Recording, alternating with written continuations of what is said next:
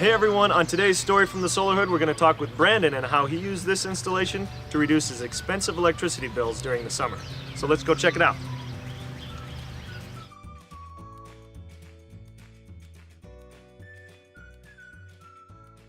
Hey everyone, it's Luke here from Solarhood, and today we're here with Brandon in Kansas City, and we're going to talk with him about his solar installation. So thanks, Brandon, for taking some time. Yep.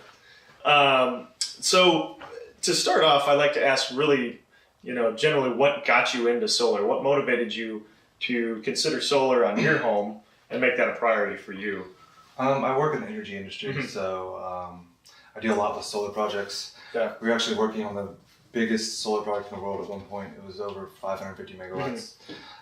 So it's that's what you do for a living, so it's kind of a big part of what you do, obviously. And just seeing climate change and what I perceive as climate change in the meetings I've been, just kind of a personal initiative as well. So I guess let's get into the technical details. So how big is your solar installation? And next, really, how much energy does that offset? It's 4 kilowatts big. It's when we were working with the designer, he recommended something about half of our peak demand because of the way that Missouri, or specifically KCP&L, has set up their net metering. But you still have a sizable installation here that's offsetting, you were talking about maybe 40 or 50% of your electricity bill per month. And it basically it really shaves the peak during the summer. Yeah. So you can stay cool. This house naturally stays cool anyways. But during the summer, our bill never really gets above $80. I mean, not that it's a large house by any means, but I mean, I lived in a house similar size, and you're looking at over $200 a month in energy costs, and during the summer it's $100 or so. So cool. It's going to take some time to pay itself back.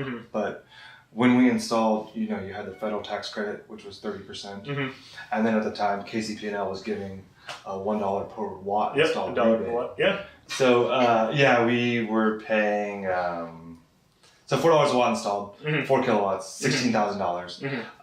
You got $1 back from KCP&L, $12,000, and then 30% off that. So it ended up being around $2, a little over $2 a watt installed after all the rebates. So. Yeah, cool. Well, it's a good time. Sounds like it was a good time to go solar. And I like what you said about, you're kind of thinking of it in terms of how much it can offset during the summer. That AC load is big around here during the summer, and that's when solar is at its best. Exactly. So that's really cool. And I think the utilities, from a planning perspective, kind of what we look at is they see it as an advantage as well, because it refrains their reliance on diesel peaking units. Yeah, cuts down their peak load at the highest time. So they save money, and then that really helps from the carbon perspective, in my opinion, as well, if they're not running a bunch of diesel generators. So at that peak time, they may be kicking on more expensive units. Exactly. So it really helps efficiency with their overall network, really. Yeah, exactly. Yeah, cool.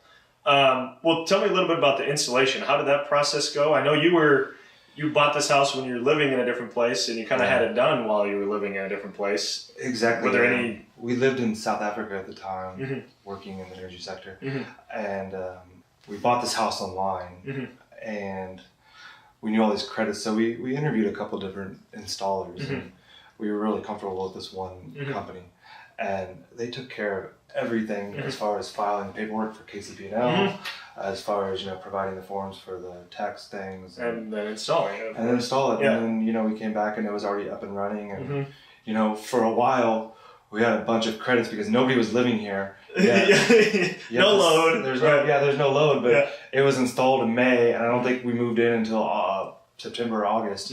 So June and July is just producing energy, and nobody's living here. So there's a couple months where our bill was actually negative. Yeah, cool. Well, I guess the last question is how you really see the future of solar, the future of renewable energy within these communities like you live in here. I know it's part of what you do for work, but how do you see this technology evolving and really being a part of communities going forward? Just personal opinion. It's curious to see, like I said, a lot of the initial impetus behind us putting the solar on was the actual financial rewards. Right. And you're starting to see those fade away, and with the new administration, I'll be curious to see if if the tax credit gets extended, even farther. Yeah. But at the same time, over the last course of 8 years, you've seen solar drop so much, and that momentum's already started. Yeah. So I don't think there's going to be any stopping it. And now, we were talking with some of our other people that know a lot more about solar than I do in our industry, and they're saying they've seen larger farms, larger solar farms in countries, so it's only dropping below $1 a watt installed. Yeah. And as soon as you get to that point, I don't know the residential at that point. Yeah. I mean, at that point, it makes it really competitive, even at the Midwest. Cool. Well, yeah, I think that's a good perspective on the future. So, well, I think that's all we had today. Well, thanks for taking some time to chat with us. So what we want you guys to do is, if you thought you got something valuable out of this and you think one of your friends might, we want you to go out there and tag a friend. So on Twitter, you can find us, or on Facebook. Tag one of your friends, share it with them, and spread the word. Thanks for tuning in. We'll see you next time.